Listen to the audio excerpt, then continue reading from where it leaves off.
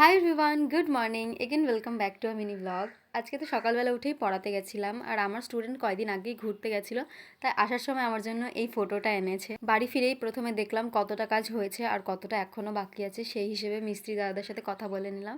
আর তারপরেই মিস্ত্রি দাদাদেরকে একটু চা করে দিয়ে আমি বেরিয়ে পড়লাম। আমাদের কিচেনের জন্য যে সিঙ্কটা নেওয়া হয়েছিল ওটা একটু বড় হয়ে গেছিলো, তাই ওটা এক্সচেঞ্জ করে আনলাম। আর বাড়ি এসে একটা পার্সেল আসলো, সেটাকে রিসিভ করলাম। আমার কয়েকটা প্রোডাক্ট দরকার ছিল, তো সেগুলোই অর্ডার করেছিলাম, ওগুলো আসলো। প্রোডাক্টগুলো ভীষণ ভালো এসছে। আর দুপুর নাগাদ তো খাওয়া দাওয়া বাদ দিয়ে আমরা দিদির শ্যুট করতে বসে গেছি। আজকে অনেক দিন পর দিদি ইউটিউবের জন্য ভিডিও শ্যুট করছে। অলরেডি পোস্ট করে দিয়েছে, তোমরা একবার দিদির চ্যানেলে গিয়ে দেখে নিও, আমি স্ক্রিনে মেনশন করে দিচ্ছি।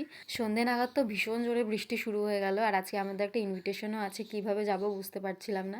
বৃষ্টি কমার সাথে সাথেই আমরা রেডি হয়ে বেরিয়ে পড়েছি। শুধু একটু মেকআপটাই ঠিকঠাক করতে পেরেছিলাম, কিন্তু ড্রেস খুব একটা ভালো পরতে পারিনি, আর ভ্লগও খুব একটা করতে পারিনি বৃষ্টির জন্য।